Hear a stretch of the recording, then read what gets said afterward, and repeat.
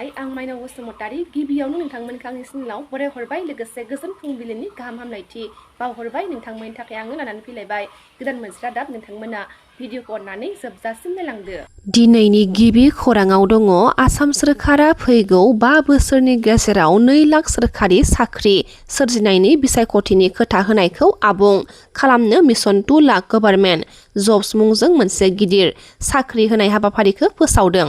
गिबि मन्थ्रि बिथां डक्टर हिमन्त बिश्व शर्मा बिथाङा फोरमायथिदों बे हाबाफारिनि सिङाव बिफानफोर उदां फसंथानफोर खावसे सोरखारि आफादफोर मिशनफोर आरो समाजफोरनि गेजेराव लांदां मासिफोरखौ सुफुंनाय जागोन होननानै आरो रोखा आरो समसिमायाव थिसनथायखौ रोखा खालामनो थियारि थांखि लादों होनना फोरमायथिदों। आसामनि गिबि मन्थ्रि बिथां डक्टर हिमन्त बिश्व शर्मा बिथाङा मैया मेघालयनि गिबि मन्थ्रि कनार के सांमाखौ लक सेवा भवनाव बरनानै फोरमायथिदों गोबाव समनिफ्रायनो सोलिबोनाय जेंनाफोरखौ सुस्रांनो नाजानानै सावरायनाया मुलाम्फा गोनां जादों होननानै। अपारेशन सिन्दुरनि गिबि बोसोर सानखौ गोसोखांथि लाखिनानै भारतीय संस्थान गुवाहाटीआ 21 माउन्टेन आर्टिलारि ब्रिगेडजों लोगोसे मैया 29 मे अक्ट'खालि गावनि केम्पासआव मोनसे गोसोखांथि हाबाफारि खुंदों। संस्थाननि बायदि आरो समानथाय सेला बानजायनाय बे हाबाफारियाव 21 माउन्टेन आर्टिलारि ब्रिगेडनि कामान्डार ब्रिगेडियार जी.एस. ग्रेवालआ माखासे गोनां बाथ्राखौ फोरमायथिदों। BPL नखरनि सुबुंफोरनि थाखाय गाज्रि खौरां जुन दानाव रेशन कार्ड बाहायगिरिफोरा मोननाय नङा दालि सिनि आरो संख्रि। बाहायगिरिया सिगांनि थि खालामनाय बायदि माइरंखौ मोननो हागोन। मख'नो गोनांदि सिगांनि बाजेटनि बायदिब्ला मे दाननि थाखाय मददआ सोरखारनिफ्रायमोन। गोदान बाजेट फैजासिम बाहायगिरिफोरा सिनि दालि आरो संख्रिखौ मोननो हानाय नङा। आकाशबाणी केन्द्र क'क्राझारनि गागि टेकनिशियान रनेन्द्र बसुमतारिया साख्रिनिफ्राय आजिरा मोनबाय। गोलाव सम आकाशबाणी क'क्राझार अल इन्डिया रेडिअ'आव खामानि मावनायनि उनाव 60 बोसोर सम जानाय लोगो लोगो आजिरा लादों क'क्राझारनि थागिबि रनेन्द्र बसुमतारि। बिथाङा मैया क'क्राझार आकाशबाणी केन्द्र मावखुलियाव जोबथा बिदाय होयो बिथांखौ। VCDCनि मासिगिरि BPF मिरु आफादनि नेहाथारिखौ पुलिसआ हमदों। क'क्राझार जिल्लानि पर्बतजरा महकुमानि जालाबिला VCDCनि चेयारमेन BTCनि EM मुनमुन ब्रह्म बिथांनि आखान्थि होनना मिथिजानाय आबुल शेखखौ क'क्राझार पुलिसआ खायो होनना खौरां मोननाय जादों। पर्बतजरा महकुमानि माहायमाया हाग्रा ओनसोलाव बेसेन गोसा साल बिफां दाननाय जाथायजों लोब्बा थानायनि दायाव पुलिसआ बृहस्पतिबारनि मोनायाव आबुल शेखखौ खादों। हमजानाय आबुल शेखखौ शुक्रबारनि सानजौफु समाव बग्रिबारिनिफ्राय क'क्राझार सदर पुलिस थानासिम लाबोदों। बिजाब मोनैनि जाउनाव बर' फरायसाफोरा गोबां जेंनायाव दङ। आनजाद जानोसै नाथाय बिजाब गैया।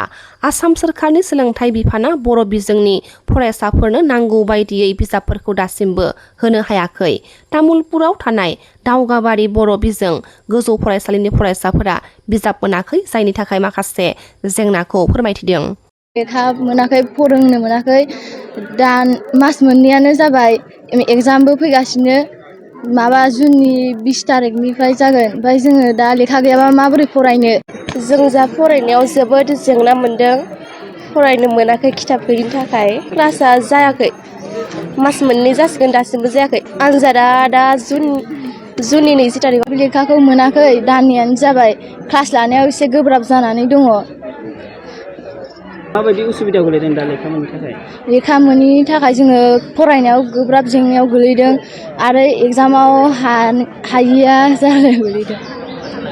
मेट्रिकआबो जितु मेट्रिक होगोन मेट्रिकनि थाखाय जेबो फोरोंनाय थांखायाखै नामा? ओहो फोरोंनाय थाङाखै जिअग्राफि लेखाखौ मोनाखैना। सरकारनि फारसे नोंथांमोना जिहेतु लेखाखौ मोनाखै मा खावलायनो सानो? जोङो सरकारफोरखौ लेखाखौ थाब हरथों होननानै सानो जोंना फरायनायाव एसे दिगदार जादों मेट्रिकबो होनो गोनां एबार। एगजामा माब्ला ओरैनो?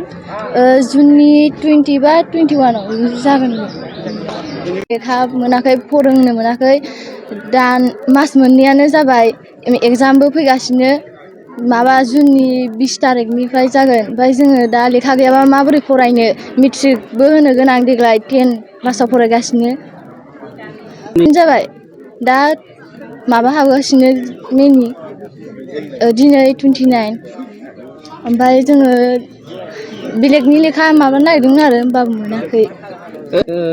मा साबजेक्टखौ मोनाखै नोंसिना मा लेखाखौ मोनाखै नोंसिना? जुग्राफिखौल' गासिखौबो मोनजोब्बाय। जों जा फरायनायाव जोबोद जेंना मोनदों फरायनो मोनाखै खिथाब गैयिनि थाखाय। क्लासा जायाखै मास मोननै जासिगोन दासिमबो जायाखै। आनजादा दा जुननि 20 थारिखआव। आनजाद फैबा बे साबजेक्टखौ हागोन ना हाया? एसे गोब्राब जागोन लेखा मोनैजों।